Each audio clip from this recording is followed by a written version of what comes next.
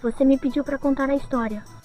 Você não quer ouvir a história, Mickey? Agora você não pode sair da sua cama. Você tem que assistir. Quer dizer, você tem que ouvir. No fim de 1968, não tinha como saber, mas 1969 ia se desenrolar como o episódio final de toda a década. Los Ángeles está agredindo músicos? Que droga. No caminho, o juiz da Suprema Corte, Aby Fortas, renunciou em conexão com um escândalo de suborno. E Rocky Marciano, o único campeão dos pesos pesados, invicto na história do boxe, morreria em um acidente de avião. Mas coisas boas também aconteceram. A PBS foi criada, as bolas Nerf foram inventadas e 35 milhões de pessoas assistiram Tiny Tim se casar com Miss Vicky no The Tonight Show. Então agora, vamos levar você pelas notícias, cultura, esportes, entretenimento e tudo o que foi estranho em 1969. Porque este é o Timeline.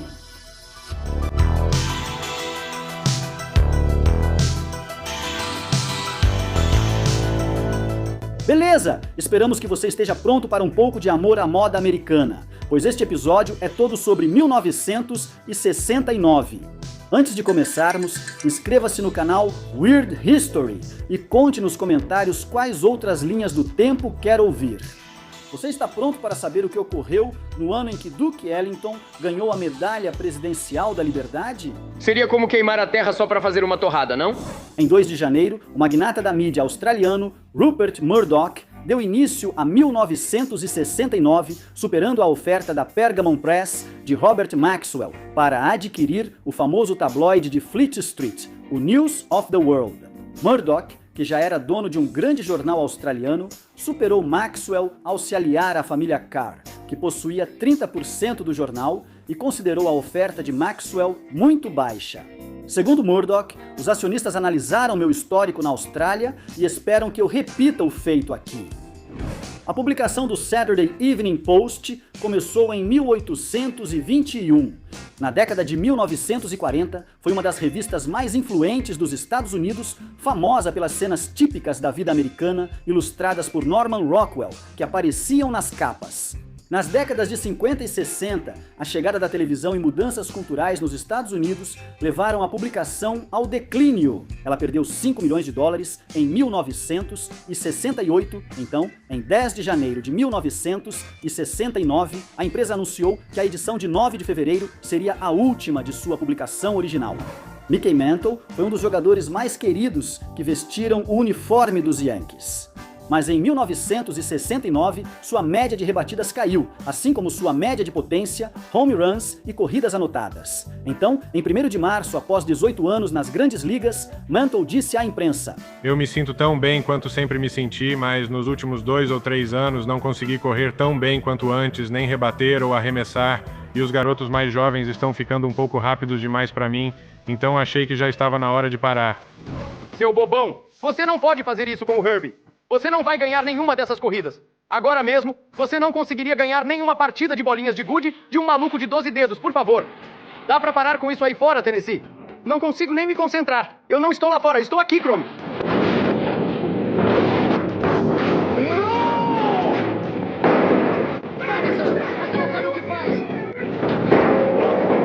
Olha o que eu fiz com o meu carro! Tá bom. Talvez ele tenha ficado um pouco com ciúmes. É claro que está com ciúmes. Sempre teve ciúmes porque eu recebo o crédito por ganhar aquelas corridas. Continue. Perceba o que você está dizendo. Matadouro 5, ou A Cruzada das Crianças, uma dança obrigatória com a morte, acompanha Billy Pilgrim, um soldado americano na Segunda Guerra Mundial que fica desencaixado no tempo. O primeiro best-seller de Kurt Vonnegut, um romance que une elementos autobiográficos, ficção científica e temas anti-guerra, foi lançado com elogios e controvérsias. No livro, você menciona que seu herói, Billy Pilgrim, pode saltar entre diferentes frequências do tempo. Eu acho que estamos condenados pela eternidade a repetir esse programa. Nossas vidas são um pouco como um pêndulo, que começamos no nascimento e balançamos até a morte, indo e voltando por toda a eternidade. Desde então, ele foi banido em escolas, removido de bibliotecas e queimado, mas tornou-se um dos romances anti-guerra mais duradouros já escritos. E assim continua. No dia 4 de abril, a CBS cancelou abruptamente o Smothers Brothers Comedy Hour e o substituiu por Hee Haw. O liberalismo não aparece na televisão. Isso esconde todas as questões, de modo que as pessoas do meio oeste ou de algumas áreas que não são urbanas não têm acesso à realidade dos fatos. Os problemas do povo negro, os problemas dos jovens, nunca são refletidos. A emissora disse que os irmãos não entregaram um episódio a tempo para a revisão dos censores antes da exibição. O verdadeiro motivo talvez fossem os frequentes comentários políticos dos irmãos sobre temas como a Guerra do Vietnã e o movimento dos direitos civis, que frequentemente geravam controvérsias. O programa em questão era considerado pela CBS de mau gosto em geral, especialmente o sermão de David Steinberg. E eu gostaria de lembrar vocês de que sim, vamos colocar o Cristo de volta no Natal e o Kur de volta no Hanukkah. O beisebol é o passatempo favorito dos americanos, e o Canadá fica na América do Norte. Então, em 1969, o beisebol foi para o norte. O Montreal Expos foi o primeiro time canadense na Major League Baseball e estreou em 8 de abril contra o Mets no Shea Stadium, em Nova York. Jim Mudcat Grant foi o arremessador titular do Expos, e o Mets começou com o aparentemente imparável Tom Seaver. Grant chegou só à segunda entrada, mas o Expos venceu por 11-10. Em 29 de setembro de 2004, o Expos estava prestes a jogar sua 2.786ª partida em casa no estádio Sherry. Mas 3 horas antes do início, o mundo soube que seria a última. O Expos já vinha em decadência há muito tempo. Em 2001, por exemplo, a média de público nos jogos em casa caiu para 7.935, em comparação com 28.650 em 1983. Torcedores culparam a má administração e trocas de donos, mas o dano já estava feito. O time anunciou mudança para Washington, D.C. e novo nome, Nationals. Vocês foram demais, o povo de Montreal também queria poder ficar e jogar por mais anos. Este episódio de Timeline é apresentado por Play. Doce, querida, você me deixa triste, porque você é doce. Doce promessa. O que está te incomodando, Jess? Desculpa, só não estou no clima. Então qual é o problema? Essas vibrações tão tristes.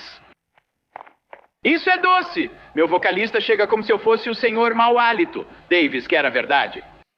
Tenta isso. Listerine, o velho germe. Mata germes de sempre. Não critique se não tem algo melhor. Lembrem-se, Listerine antisséptico elimina os germes que podem causar mau hálito. Chega de comerciais.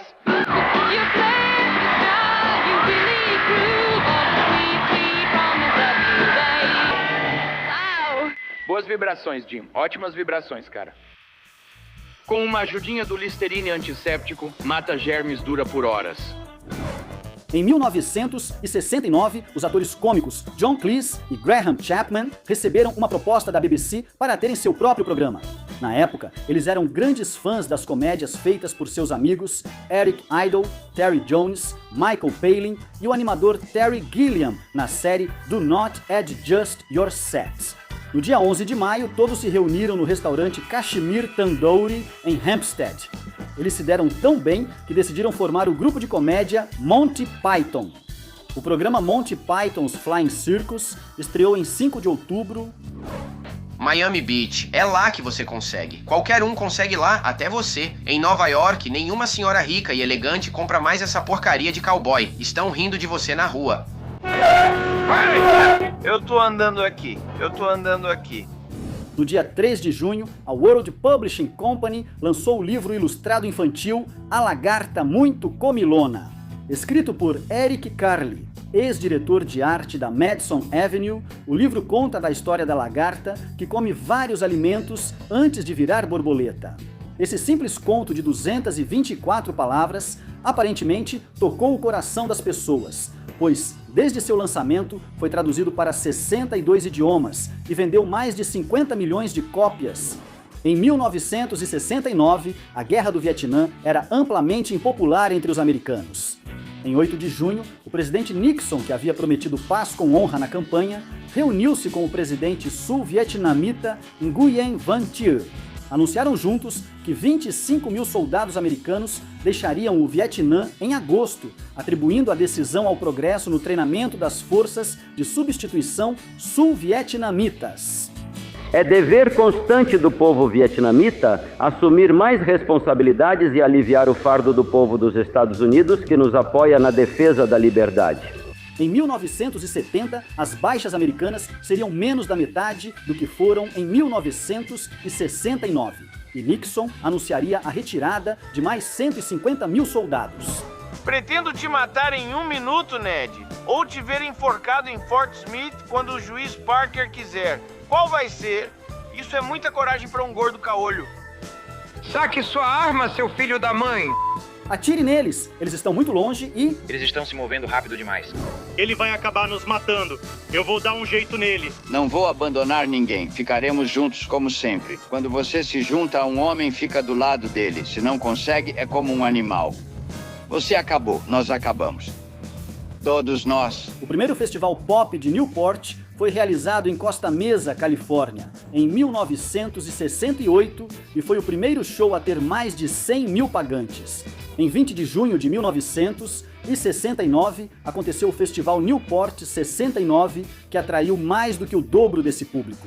O Newport 69 contou com artistas como Ike e Tina Turner, Joe Cocker e Jimi Hendrix. O show em si foi um sucesso.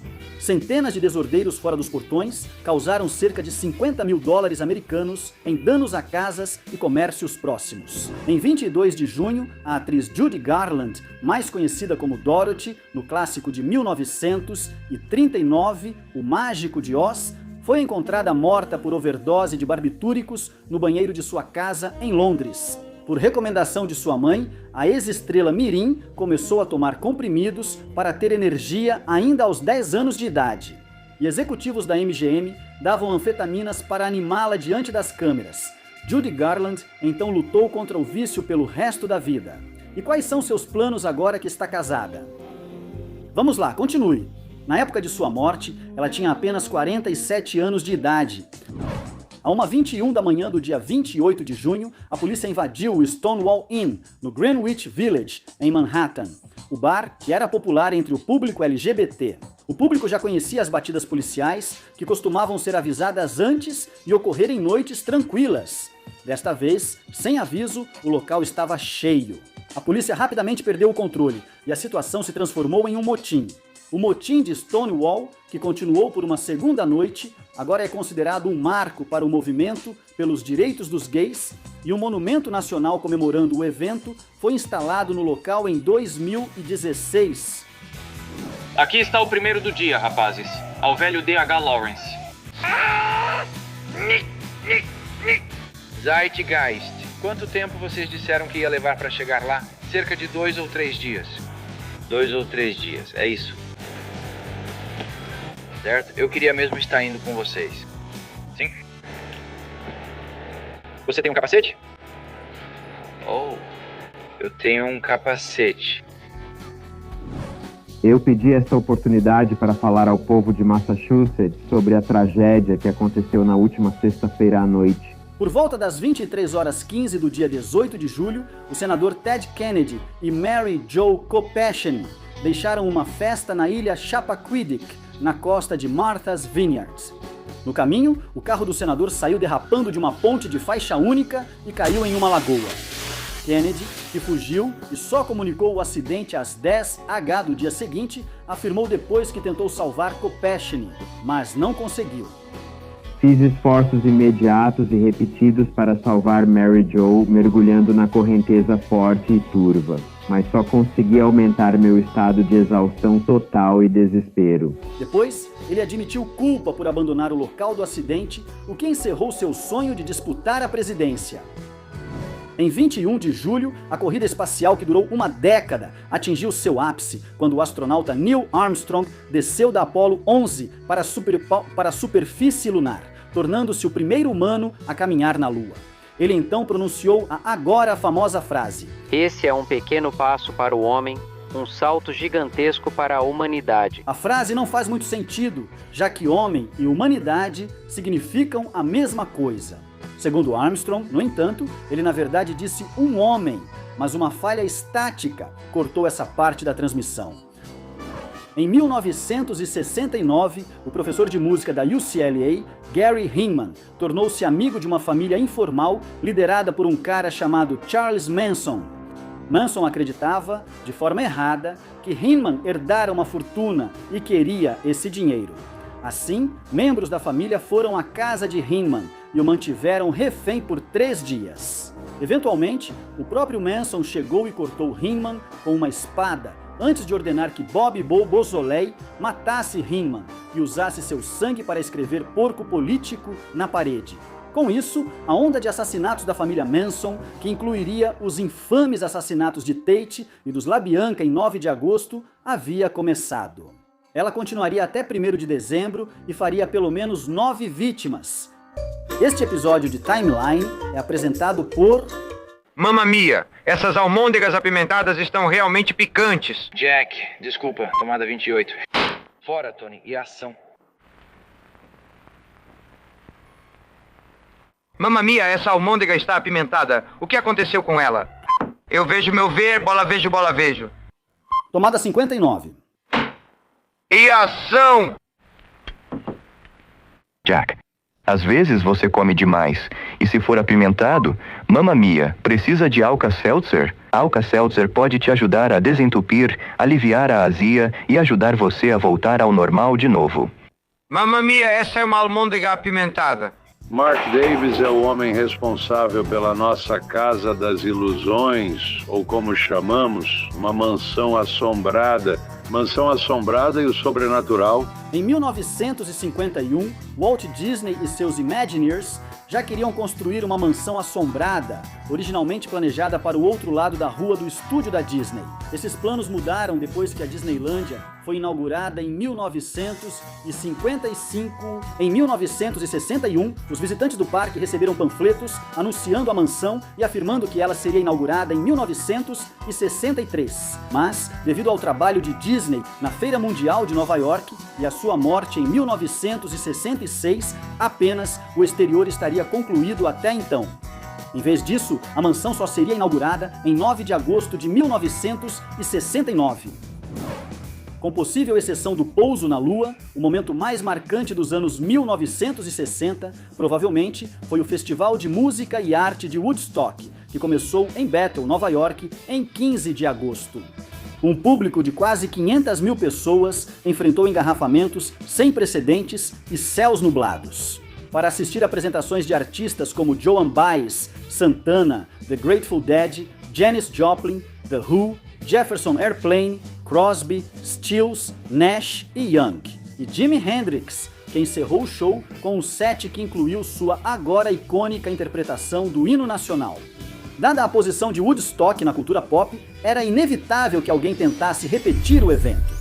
Um festival comemorando o 25º aniversário do show foi realizado em 1994. E então houve o Woodstock 99, realizado em Roma, Nova York, de 22 a 25 de julho. O Woodstock 99 foi um pouco diferente do seu homônimo. Com bandas principais como Metallica, Korn e Limp Bizkit, o evento sofreu com saneamento precário, saques, vandalismo, incêndios criminosos e foi marcado por violência, assédio sexual, agressão sexual e 3 mortes. Agora lembrado como um desastre total, o evento acabou sendo a morte dos festivais Woodstock. Em 1º de setembro, o movimento dos oficiais livres, liderado por nacionalistas árabes no exército líbio, realizou um golpe de Estado para derrubar o monarca do país, o rei Idris I, cuja má administração do governo o tornou impopular. O golpe sem derramamento de sangue, que ficaria conhecido como a Revolução Al-Fatah, foi elogiado pelo público, que também acolheu o novo líder, Muammar Gaddafi.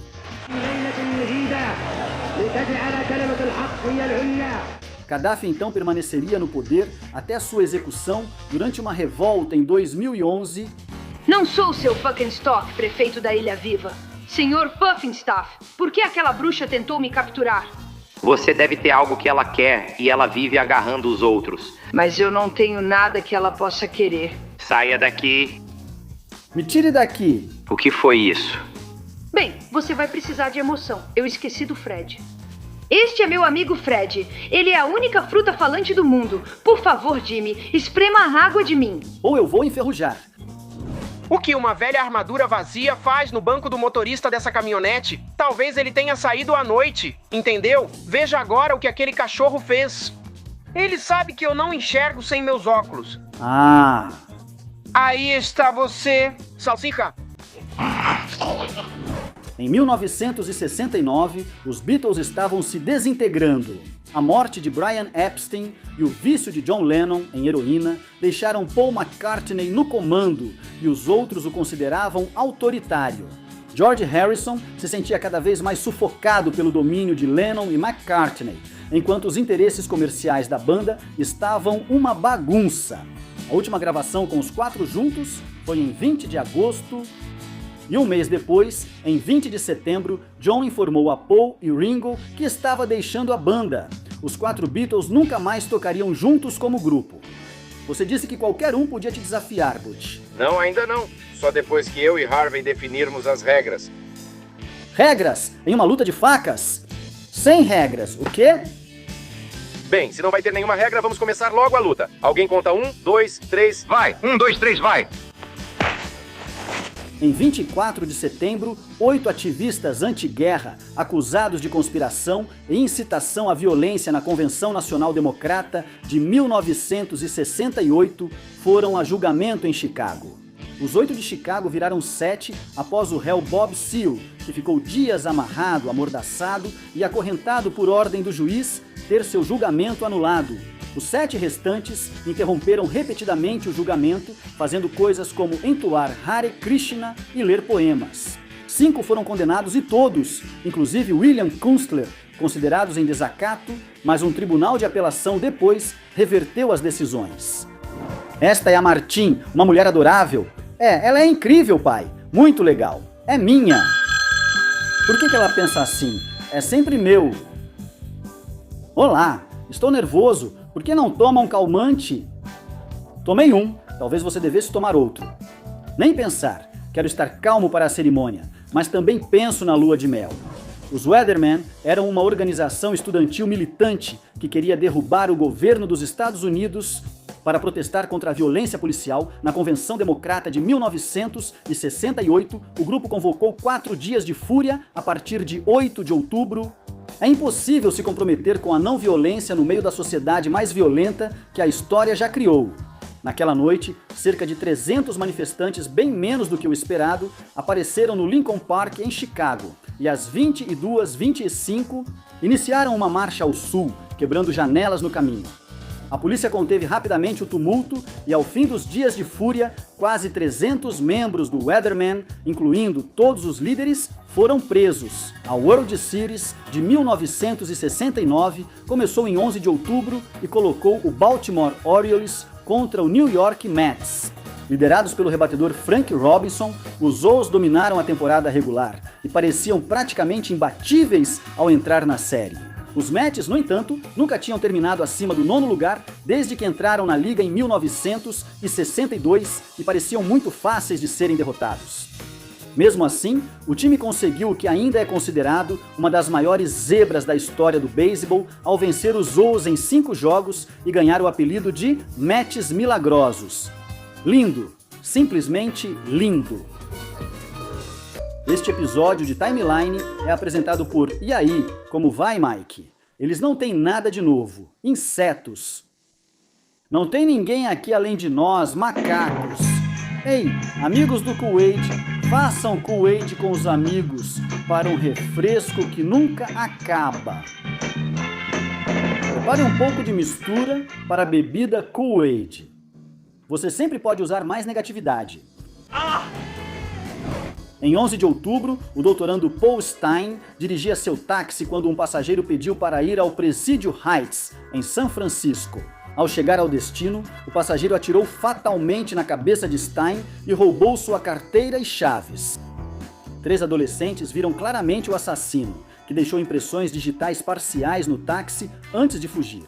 A polícia agora acredita que o assassino de um taxista em São Francisco enviou um pedaço de pano ensanguentado com uma carta ao San Francisco Chronicle. O rasgado da camisa de Paul Stine foi comprovado como vindo do taxista assassinado no último sábado à noite em Presidio Heights. Mesmo interrogado por 2 policiais a poucos quarteirões dali, o assassino sumiu, só revelando depois à mídia que era o Zodíaco. Apesar de escapar, esse foi seu último assassinato confirmado. Dizem que você é um cara legal. Bem, estão enganados. Eu me descontrolo por qualquer coisa. É um modelo. Winslow Wong. O Sr. Winslow Wong está surtando. O que vai fazer? Quebrar outro código de casaco? Ele quer confusão com o Sr. Philip Marlowe. O que Wong não sabe é que Marlowe é um cara difícil de desvendar. James Garner é Marlowe. Marlowe é o cara que faz as perguntas. Sua mãe sabe o que você faz da vida? Marlowe é chamado para dar respostas. Como você sabia? Sou detetive treinado. O que posso te dar? Dinheiro, ora? Carro, Bip. Bem-vindo ao país de Marlowe. É um bom lugar para visitar, mas não para morar. Às 22h30 do dia 29 de outubro, o estudante da UCLA, Charlie Klein, usou um computador da universidade para se conectar a um computador no Instituto de Pesquisa de Stanford, usando a rede da Agência de Projetos de Pesquisa Avançada, ou ARPANET. Klein tentou digitar login, mas o sistema travou após as 2 primeiras letras. Depois que o programador Bill Duval fez alguns ajustes, Klein tentou novamente e conseguiu fazer o login com sucesso. Devido ao incidente anterior, a primeira mensagem transmitida com sucesso pela ARPANET, precursora da internet, foi Hello. Sally, você nunca viu uma rua como a Vila Sésamo. Tudo acontece aqui. Oi, Gordon, como vai? Quero que conheça a Sally. Que fofo. Oi, tudo bem? Oi, Phil. Estamos vendendo Garibaldo. Olhe para baixo. Olhe para cá, por favor. Você não está vendo. Espere um minuto. Garibaldo! Olá, legal. Olha. Ela tem 2,40 metros. De altura. Não, ela não tem. Ela só tem 1,20 m de altura. Em Columbus, Ohio, em 15 de novembro, quem quisesse um hambúrguer podia escolher o novo Wendy's. Fundada pelo ex-executivo do KFC, Dave Thomas, em homenagem à filha, o Wendy's logo se destacou pelos hambúrgueres quadrados. Segundo Thomas, o hambúrguer quadrado saía do pão parecendo ter mais carne. Embora fosse uma ideia inteligente, não foi ele quem a criou. Na verdade, Thomas se inspirou nos hambúrgueres semelhantes feitos pelo Hook Hamburgers, em sua cidade natal, Kalamazoo, Michigan, para criar os hambúrgueres do Wendy's. Edson Arantes do Nascimento, ou Pelé, é amplamente visto como um dos maiores jogadores de futebol da história. Em 19 de novembro, ele enfrentava o Vasco da Gama no Maracanã, Rio. Mas tudo o que importava para a mídia, ou os 100 mil torcedores, era o marco que o lendário atleta brasileiro provavelmente atingiria naquela noite. Aos 78 minutos de jogo, aconteceu. Pelé cobrou um pênalti com tranquilidade no canto direito do gol, marcando o 1000º gol de sua carreira. Criado por Fujiko F, Fujio e Fujiko A. Fujio, os pseudônimos de Hiroshi Fujimoto e Moto Abiko, Doraemon é um mangá japonês que apareceu pela primeira vez em dezembro de 1969. A série, que foi publicada simultaneamente em 6 revistas diferentes, acompanhava Doraemon, um gato-robô que viaja de volta no tempo do século 22 para ajudar o estudante Nobita Nobi. Tornou-se um enorme sucesso, sendo posteriormente adaptado para um anime de sucesso, além de um longa-metragem, um musical, dezenas de videogames e uma série de comerciais estrelados por celebridades como Jean Reno e Bruce Willis. 3. Foto. O festival gratuito do Autódromo de Altamonte, na Califórnia, realizado em 6 de dezembro, contou com a participação dos Rolling Stones e atraiu cerca de 300 mil pessoas. Infelizmente, os Rolling Stones contrataram os Hells Angels para fazer a segurança e os pagaram com cerveja. Com o aumento da embriaguez, eles ficaram agressivos com os fãs e perderam o controle. Isso aqui tá ligado? Sim. Você está falando comigo? Eu vou falar com você. Estou falando com você, cara. Estou falando com as pessoas que bateram no meu vocalista. Estou falando com o meu pessoal. Agora deixa eu te contar o que está acontecendo. Você, o que está acontecendo? Vamos lá, vamos nos controlar. Eu não posso fazer mais nada além de pedir, de implorar para vocês manterem a calma. O auge ocorreu quando Meredith Hunter, 18 anos, tentou subir ao palco com um revólver durante o show dos Stones. Durante Sympathy for the Devil, o Anjo do Inferno, Alan Passaro viu a arma, sacou uma faca e esfaqueou Hunter 16 vezes, matando-o instantaneamente. Me desculpe, meu Deus, feliz aniversário! Ei, falei minhas primeiras palavras. Birthday! Hey, I said my first words. Mas bonecos de neve não podem falar. Tudo bem, vamos lá. Qual é a piada? Será que eu realmente estou vivo? Morar com você deixaria qualquer um tão nervoso quanto um gato. O que foi que você acabou de dizer? Eu disse que quem morasse com você ficaria... Eu sou uma Xanagali. Tire essa ideia da sua cabeça agora mesmo. Ora, só de você mencionar uma coisa dessas já é um absurdo. Quero dizer, entenda de uma vez por todas que eu não tenho intenção nenhuma de me casar com você. Em 21 de dezembro, o mundo recebeu uma visão preocupante do futuro com a matéria do New York Times. Cientistas alertam sobre mudanças no clima devido à poluição. O artigo citava J.O. Fletcher, da Rand Corporation, dizendo que a Terra estava esquentando e já havia mudanças ambientais. Segundo Fletcher, processos naturais respondiam por metade da mudança. Mas dentro de mais uma geração, o dióxido de carbono produzido pelo homem aceleraria o problema. E foi assim que 1969 terminou. Os Beatles não existiam mais. A lenta retirada dos Estados Unidos do Vietnã começou. O homem chegou à Lua. O auge do movimento hippie foi Woodstock. Mickey Mantle partiu para o pôr do sol. Olhando para trás agora, os anos 1960 acabaram sendo uma vitrine caótica de tudo de melhor e pior que a humanidade tem a oferecer. Tempos realmente incríveis. O que você acha? Quais aspectos dos anos 60 achou mais interessantes? Comente abaixo.